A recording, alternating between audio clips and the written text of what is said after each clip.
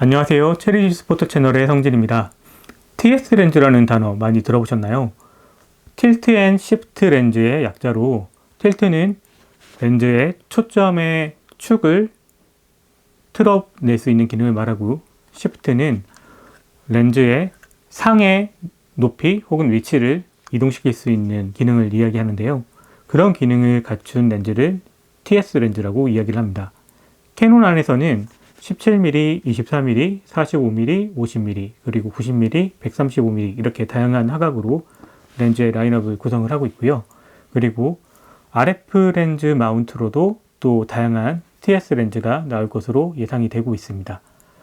그런 와중에 제가 인테리어 촬영을 좀 해야 될 일이 있어가지고 TS 렌즈를 좀 구해서 사용을 해봐야 되겠다라고 생각을 하고 있었는데, 제가 요청을 좀 드렸어요. 캐논에 혹시 17mm라든가 24mm 렌즈가 있으면 좀 제가 잠깐 써볼 수 있을까요? 라고 요청을 드렸고, 마침 24mm 렌즈가 대여 재고가 있어서 이렇게 제가 약 한 달 동안, 한 달이 좀 넘게 사용이 됐는데, 그 시간 동안에 좀 이곳저곳 다니면서 인테리어 촬영도 해보고, 그리고 좀 넓은 공간도 촬영을 해보고, 또 강화문 같이 그 일대의 높은 빌딩도 촬영을 해보면서 이 렌즈가 보여주는 그 특징적인 특장점들을 좀 느껴보는 그런 시간을 가졌습니다.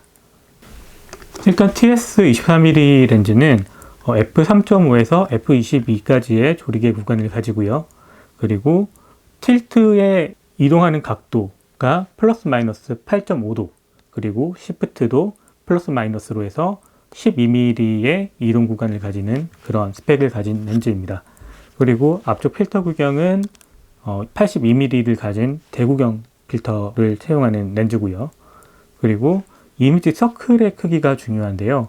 보통 그 풀프레임 카메라가 가지고 있는 이미지 서클의 크기는 43.5mm를 기준으로 하는데, 요 렌즈의 이미지 서클은 67.2mm, 훨씬 더 큰 이미지를 맺힐 수 있는 그런 서클을 가지고 있으면서 각종 아까 말씀드렸던 틸트나 시프트를 통한 상의 변화를 줄 수 있는 그런 렌즈라고 보시면 되시겠습니다.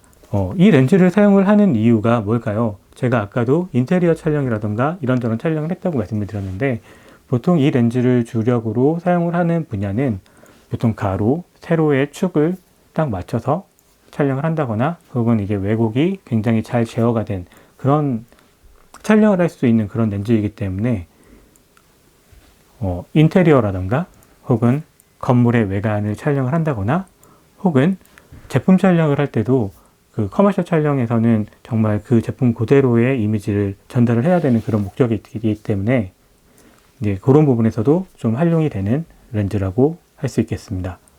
뭐랄까, 정보를 찾아보려고 하면 실사용자분들이 두루두루 있는 그런 렌즈가 아니고 조금 어느 정도는 사용자가 한정되어 있는 그런 렌즈이기 때문에, 그래서도 좀 정보 공유가 좀 덜 되는, 찾아보면 생각보다 렌즈에 대한 정보를 찾아보기 힘든 그런 렌즈이기도 합니다.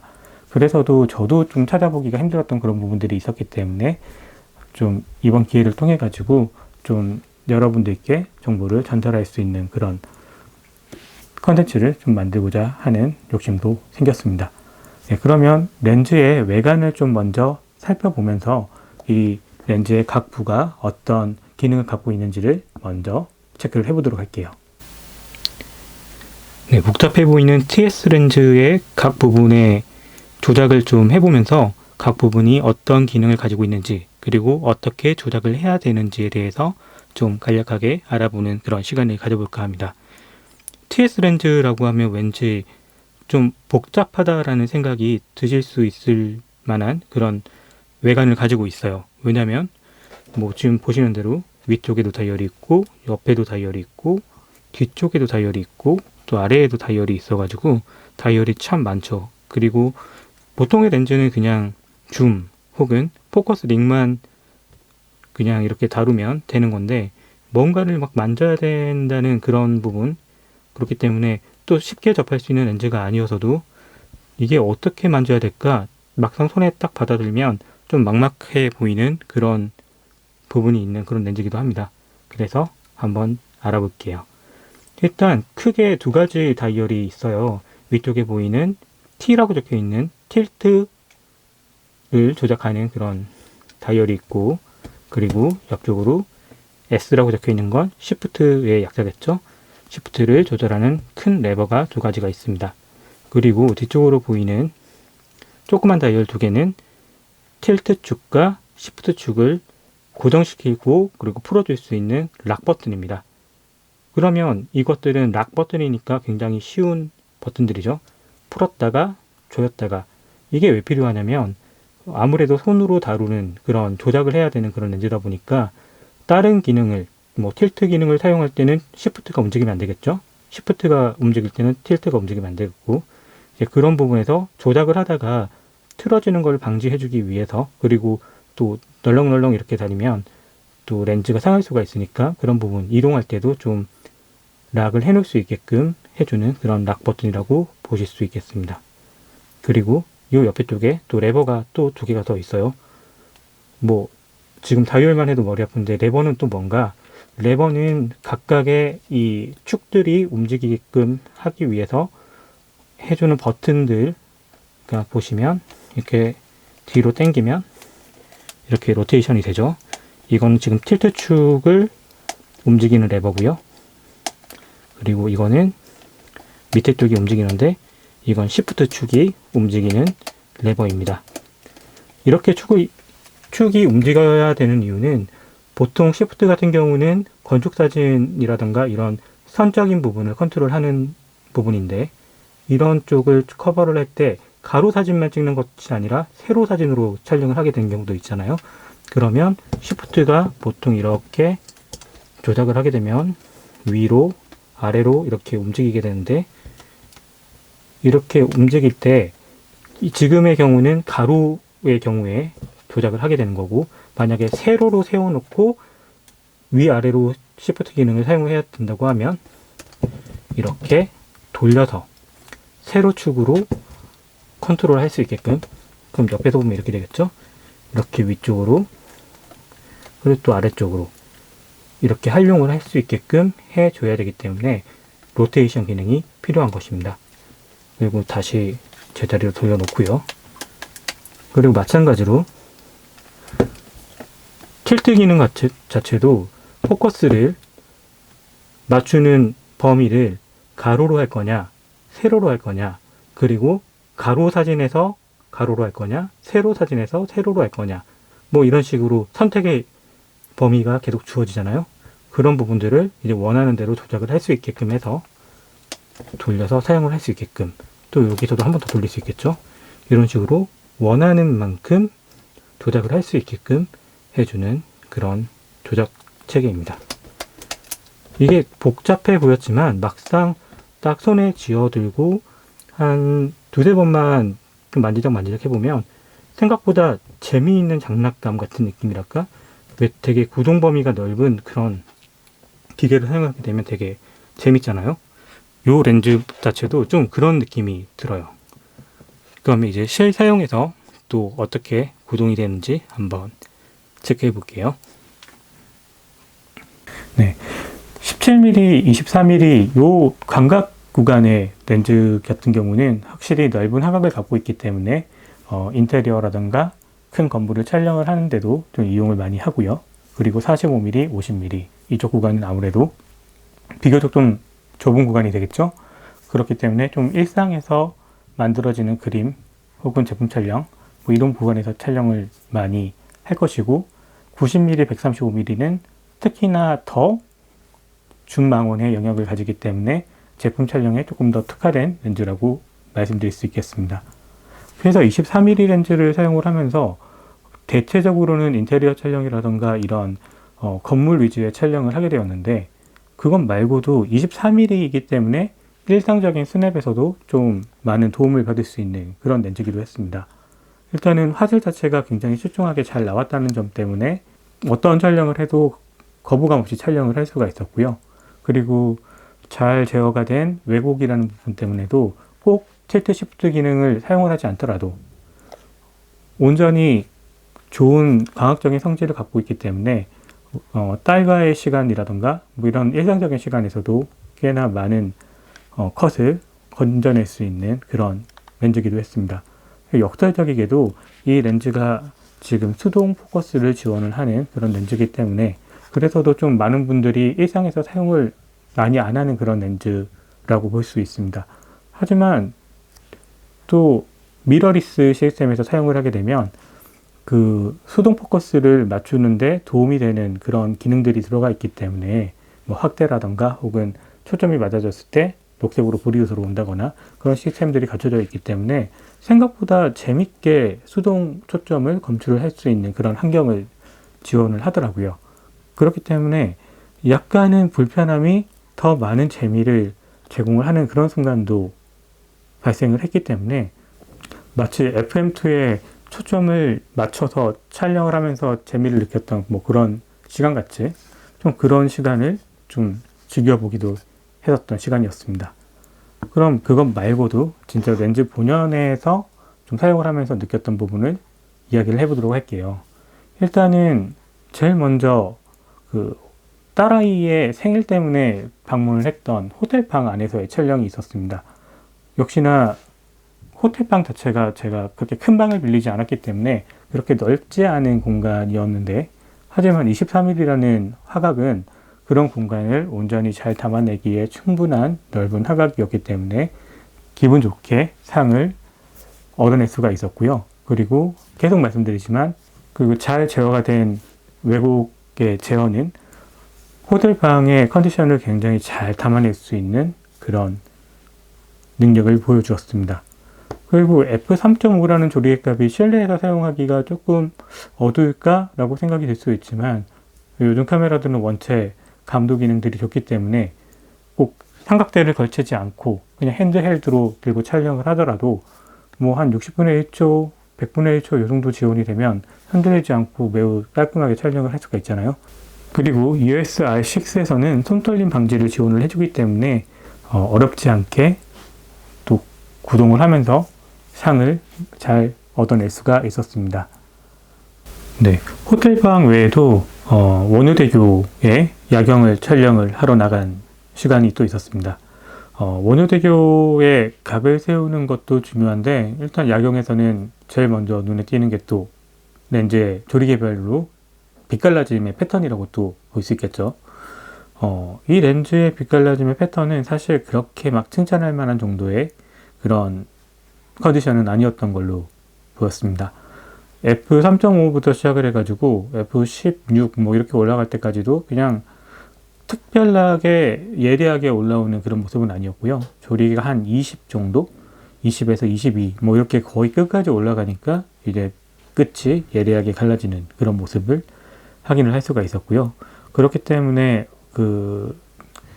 이 TS 렌즈의 그 특유의 느낌과 함께 또 이쁜 빛 갈라짐까지 넣는 그런 풍경 사진을 원했다고 하면 다소 조금 아쉬운 모습을 확인할 수가 있습니다. 그래서 그 원효대교를 촬영을 하다가 이제 눈을 뒤로 돌려서 뒤쪽에 있는 63 빌딩을 또 바라보면서 촬영을 또 했는데 그 부분에서도 조금 이 렌즈에 대해서 조금 아쉬운 부분이라고 하기는 좀 어렵고요.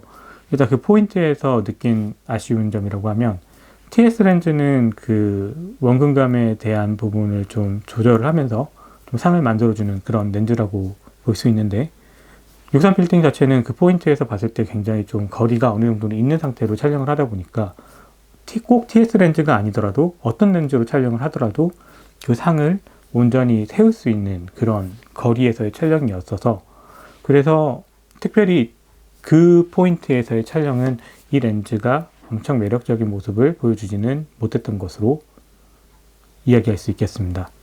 이 부분에서 조금 얘기하고 싶은 게 뭐냐면 상을 만들 때 보통 그 왜곡이라고 하는 선이라는 요소는 뭐 렌즈의 특성에서 오는 거기 때문에 어쩔 수가 없는 부분이고 그 원근에 따른 그 왜곡이 발생되는 부분에 대해서 좀 이야기를 하고 싶어요. 이 부분을 짚고 넘어가야지 사실 TS 렌즈에 대한 효용성을 이야기를 할 수 있는 부분이라고 생각이 드는데요. 보통 어떤 건물 같은 곳 앞에 서서 촬영을 할 때 이 건물이 이렇게 좀 높은 2층, 3층 혹은 그보다 더 높은 빌딩이 되었을 때 이 상을 촬영을 하기 위해서는 보통 카메라를 이렇게 각을 위로 올려서 촬영을 하게 되죠. 그렇기 때문에 내 앞에 쪽에 있는 가까운 1층, 2층 같은 경우는 비교적 크고, 그리고 위층으로 올라갈수록 이렇게 상이 수렴하게 되는 그런 원근감의 모습을 보여주게 되는데, 이거를 이제 원근감에 대한 왜곡이라고 볼 수 있겠습니다. 이런 부분을 잘 제어를 해서 반듯하게 올라갈 수 있게끔 해주는 것이 바로 TS 렌즈가 해줄 수 있는 부분이고요. 이런 TS 렌즈가 없다라고 하면 이것을 해결하기 위해서는 어떻게 해야 되느냐. 아까 63빌딩을 예로 들었는데 63빌딩을 원효대교 근처에서 바라본 것처럼 굉장히 멀리서 쳐다보면서 촬영을 하게 되면 건물의 윗부분과 아랫부분에 대한 거리의 편차가, 거리감이 그 건물에 가까이 가서 촬영을 했을 때보다 비례적으로 덜 도드라지게 되는 거죠. 그렇기 때문에 어떤 렌즈를 사용을 하더라도 다 24mm든 200mm든 반듯하게 올라갈 상을 얻어낼 수가 있습니다. 그리고 두 번째는 건물이 높다고 하더라도 맞은편에 건물이 있어서 그 맞은편 건물의 중간치에 올라가서 촬영을 한다. 그러니까 촬영자의 눈높이를 최대한 건물의 중간치로 이동을 해서 촬영을 하게 되면 그 원근에 대한 또 거리감이 줄어들기 때문에 또 반듯한 그런 촬영을 할 수가 있게 되는 거죠. 하지만 이거는 다 물리적인 공간이 허락이 될 때에 촬영이 가능한 이야기입니다. 그런 거리가 주어지지 않고 건물과 앞쪽과 그 촬영자의 거리가 가깝거나 혹은 또 맞은편에 높은 건물이 없어서 그 높이를 맞춰줄 수 없을 때, 그럴 때 비로소 이런 TS 렌즈의 그 기능이 빛을 발하는 그런 부분인데요. TS 렌즈는 기본 처음에 세팅을 할 때에 세로와 가로의 축을 딱 맞춰 놓고 흐트러짐이 없는 각도의 프레임을 구성한 이후에 시프트 기능을 통해서 위 혹은 아래로, 보통은 지상에서 촬영을 하고 위쪽으로 높은 건물에 촬영을 하는 경우가 많기 때문에 그런 경우는 시프트를 위쪽으로 올리면서 건물의 상을 위쪽으로 반듯한 그런 촬영을 하게 될 거고요. 간혹 이제 아주 밑에 층에서 썬큰 구조의 아래쪽으로 쭉 떨어지는 그런 공간들, 만약 5층에서 촬영을 해야 되는데 1층까지로 이렇게 쭉 파여 있는 그런 형태의 건물을 촬영을 해야 된다고 하면 이제 시프트를 아래쪽으로 쭉 내려서 그렇게 해서 또 촬영에 도움을 받을 수가 있습니다. 가령 예를 들면 제가 엊그저께 다녀온 곳 중에 그 여의도에 새로 생긴 더 현대 서울이라고 하는 백화점이 있죠. 그 백화점으로 가서 또 촬영을 좀 해봤는데요. 1층에서 저 위층까지 있는 그런 공간도 촬영을 해보고, 그리고 제일 위에 층에서 또 아래쪽으로 이렇게 중간중간 뚫려 있는 그런 공간으로의 촬영을 또 진행을 했었는데, 그런 경우에도 시프트를 위로 올리면서 위쪽으로 생기는 원근감을 상쇄시키고, 그리고 아래쪽으로 생기는 원근감도 상쇄를 시키면서 매우 기분 좋게 촬영을 할 수가 있었습니다.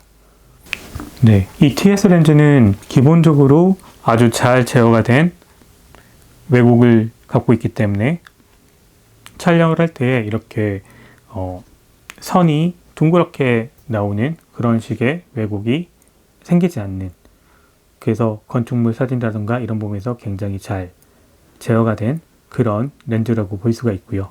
그리고 기본적으로 건물 촬영을 할 때에는 세로와 가로의 축을 완벽하게 잘 맞춰서 기본 세팅을 해 놓은 상태로 촬영에 들어가게 되고요.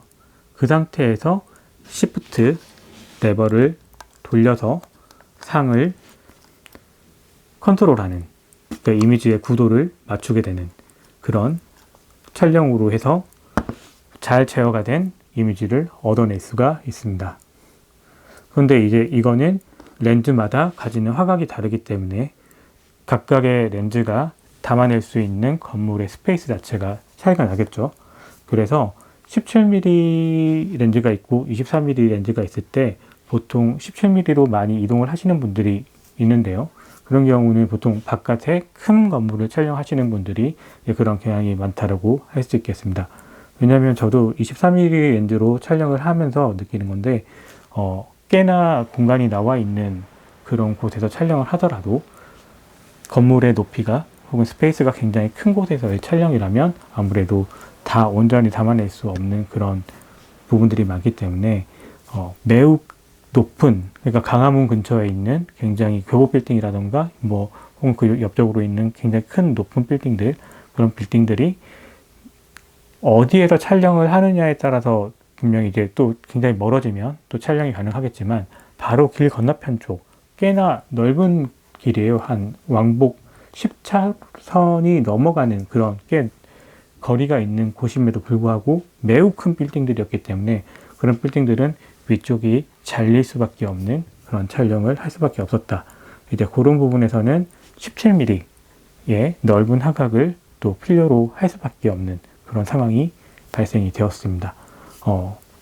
그런 경우에서 좀 아쉽게라도 이 렌즈를 활용을 한다고 하면 살짝 앵글을 올려서 다른 렌즈를 사용하듯이, 그러니까 기본적으로 모든 각을 맞춰 놓은 상태로 최대한 맞춰 놓고 그 상태에서 살짝 화각을 위해서 그림을 담기 위해서 앵글을 틀어서 촬영을 하게 되면 아주 약간 발생된 원근 왜곡의 상을 얻어낼 수가 있겠죠. 하지만 위쪽이 잘리지 않은 그 정도의 상을 얻게 되면 이제 그 부분은 후보정을 통해서 상을 좀 맞춰주는 그런 프로세스를 가짐으로써 좀 상을 얻어낼 수 있는 그 정도의 화각이었습니다.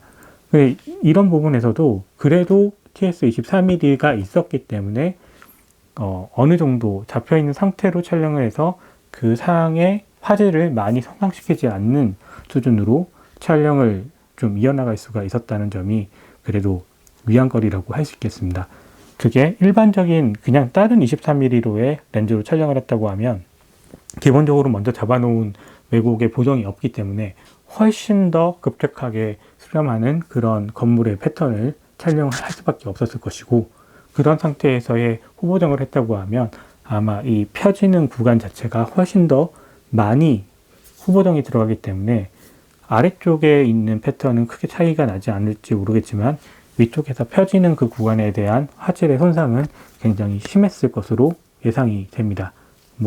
예상을 하지 않더라도 예전에 제가 다른 렌즈로의 촬영을 해봤을 때 이미 숱하게 겪었던 그런 부분들이기 때문에 이제 그런 부분에서 이런 TS 렌즈가 아무리 요 최근에 소프트웨어들이 많은 발전을 이루어져서 손쉽게 왜곡을 잡을 수 있다고 할지라도 그런 화질적인 부분에서 더 서포트를 할 수 있는 그런 장비임에는 틀림이 없다. 그렇기 때문에 계속적으로 시장에서 가지는 위치가 있을 것이다 라고 예상이 됩니다. 그리고 이케아를 또 딸아이와 함께 또 잠깐 놀러 가면서 또 이런저런 사소한 촬영들을 또 해보았습니다. 핸드헬드로 들고 다니면서 계속 손으로 조작을 하는 부분에 대해서 보통 TS 렌즈는 삼각대 위에 딱 올려놓고 제대로 된 각을 만들고 꼭 그렇게 촬영을 해야 되는 렌즈가 아닌가 라고 생각이 들기 마련인데요. 그런 부분에 대해서도 저도 약간 선입견이 있었기 때문에 이렇게 촬영하는 것이 되게 성의 없는 좀 말도 안 되게 안 좋은 결과물만을 얻어내지 않을까 하는 그런 생각을 갖고 있으면서도 그래도 어느 정도는 샘플을 어떻게든 만들어야 된다는 생각으로 계속 손에 들고 있었던 그런 상황이었는데, 또 지금 보이시겠지만 이게 일반 렌즈들하고 별 차이 없이 정말로, 혹은 또 좋은 화질과 그 제어가 잘 된 왜곡을 바탕으로 해서 꽤 준수한 또 사진을 얻어낼 수 있다는 점에서 꽤 괜찮았고요. 그리고 각 위에 있는 그 기능들의 락 버튼이 있기 때문에 이런 기능들이 있는 렌즈일지라고 할지라도 단단하게 잘 잡아놓고서 또 촬영을 하면 그냥 일반적인 렌즈를 촬영하는 것처럼 똑같이 촬영할 수 있다는 부분에서 전혀 문제될 게 없었다라는 그런 부분이, 또 어떤 의미로서는 RF용으로 나올 이 TS 렌즈들이 어떤 효용성을 가질까에 대한 좀 미리 맛보는 그런 느낌? 그렇게 사용을 했다라고 생각을 합니다. 그리고 이제 또 인천공항 공항으로 가서 촬영을 또 했죠. 예, 기본적으로 인천공항은 어딜 가나 굉장히 넓잖아요. 실내이긴 한데 웬만한 실내에서 느낄 수 없는, 혹은 웬만한 실외에서 보다 더 시원한 느낌으로 그 공간을 느낄 수 있는 그런 공간이기 때문에 굉장히 널찍널찍하고 위쪽으로도 높은 시원한 개방감을 느낄 수 있는 그런 공간이죠. 그래서도 그 원근에 대한 왜곡이 더 많이 발생을 할 수 있는 그런 공간이라고 볼 수 있겠습니다. 그래서 그런 부분에 대한 각을 다 세우면서 촬영을 또 해봤는데, 역시나 인천공항은 매력적이었습니다. 그 각을 세우면서 촬영을 하니까 반듯한 이미지에서 오는 그 매력들이 팡팡 터지더라고요. 그런 부분도 그렇고, 사실 그것보다도 이 세로로 로테이션을 해서, 지금 보시면 아까도 보셨겠지만 이 로테이션이 되는 부분으로 해서 가로 프레임뿐만 아니라 세로 프레임으로도 또 구도를 짤 수 있다는 부분에서 또 천장의 패턴까지, 그러니까 바닥에서부터 천장의 패턴까지 또 온전히 다 드러나는 그런 또 인테리어의 촬영을 할 수가 있었는데, 이 부분 역시도 이 렌즈가 가지는 넉넉한 화각, 그리고 또 시프트를 통한 왜곡 없는 상을 또 얻을 수 있다는 부분에서 굉장히 재밌게 또 촬영을 할 수가 있었습니다. 그렇다면 이게 아까도 그 이미지를 이제 보정을 하는 프로그램에 따른 이제 그런 부분도 얘기를 했었었는데, 요즘에는 동영상이 굉장히 대세인 시대잖아요. 그렇기 때문에 뭐 사진에 같은 경우는 어떻게든 보정하는 툴들이 굉장히 잘 나와 있어가지고 그 왜곡에 대한 보정이 조금 쉬운 편인데, 동영상으로 넘어가게 되면 아무래도 프로그램상으로 할 수 있다고 할지라도 난이도가 훨씬 더 어렵고 훨씬 더 무거운 그런 작업이라고 볼 수밖에 없겠죠. 이제 그런 부분에서 TS 렌즈의 존재는 애초에 그렇게 잘 구성이 된, 잘 제어가 된 상으로의 촬영을 할 수가 있기 때문에 후보종을 하지 않고도 잘 제어가 된 이미지를 얻을 수 있다는 점에서 오히려 그 비디오 촬영자에게 꽤 매력적인 그런 장비가 아닌가라고 생각이 드는 부분이었습니다. 그래서 계속 제가 지금 계속 영상으로 올리고 있지만, 이게 핸드헬드로 촬영을 하느라고 좀 흔들린 부분을 이해를 부탁드리겠습니다. 하지만 잘 삼각대에 올려놓고 좀 성의 있게 촬영을 하게 되면, 그렇게 되면 아무래도 굉장히 안정적으로 부드럽게 또 상을 위로 올렸다 내렸다 할 수 있는 그런 그림을 그릴 수 있고, 잘 잡혀진 왜곡의 그림을 또 만들 수가 있기 때문에 충분히 비디오 영상을 하시는 분들께도 사랑을 받을 수 있을 만한 그런 렌즈가 아닌가라고 생각이 드는 부분이 있었습니다. 네, 그래서 이제 한 달 동안 이렇게 좀 사용을 해본 TS 렌즈, 매력적인 렌즈였고요. 그래서 가격대가 어느 정도 나가는 렌즈이고, 최근에 나오는 TS 렌즈는 거의 다 L렌즈로 나오고 있기 때문에 분명히 RF로 나오는 TS 렌즈도 몸값이 만만치 않을 거예요. 왜냐하면 다른 메이커에서는 없는 AF 들어간다고 하고 IS 들어간다고 하고 뭐 이런 신기능들을 넣기 때문에 정말 가격이 얼마가 될지 상상이 좀 안 되는데, 바람이 있다면 좀 캐논이 정말 그 가격 책정까지 잘 해줘서 좀 전반적으로 좀 재미있는 촬영 환경을 또 구성하는데 또 이바지할 수 있는 그런 캐논이 였으면 하는 바람으로 이 영상을 마무리를 해 보려고 합니다. 좀 부족하지만 이런 콘텐츠로 또 TS 렌즈에 대한 조금이나마 정보가 될 수 있다면 하는 마음으로 만든 영상이니까 좋아요라도 하나 눌러주시면 정말 큰 힘이 될 것 같습니다. 사실 유튜브 채널이 제가 막 재밌게 만들고 이런 부분에 대해서는 영 젬병이어가지고 참 소질이 없는 걸 억지로 하고 있나 하는 그런 생각도 좀 있어요. 그런데 그래도 좀 뭐라도 하나라도 정보가 된다면 하는 마음으로 하고 있는데 어떻게 될지 모르겠습니다. 하지만 좀 더 바짝 힘을 내가지고 또 제가 아직 못 다룬 제 렌즈들도 남아 있으니까 그것들까지라도 좀 마무리를 잘 해볼 수 있도록 노력을 해보겠습니다. 네, 시청해 주셔서 감사드리고, 네, 다음엔 2870, 요거 70-200, 요 렌즈들 빨리 들고 올 수 있도록 노력하겠습니다. 시청해 주셔서 감사드립니다.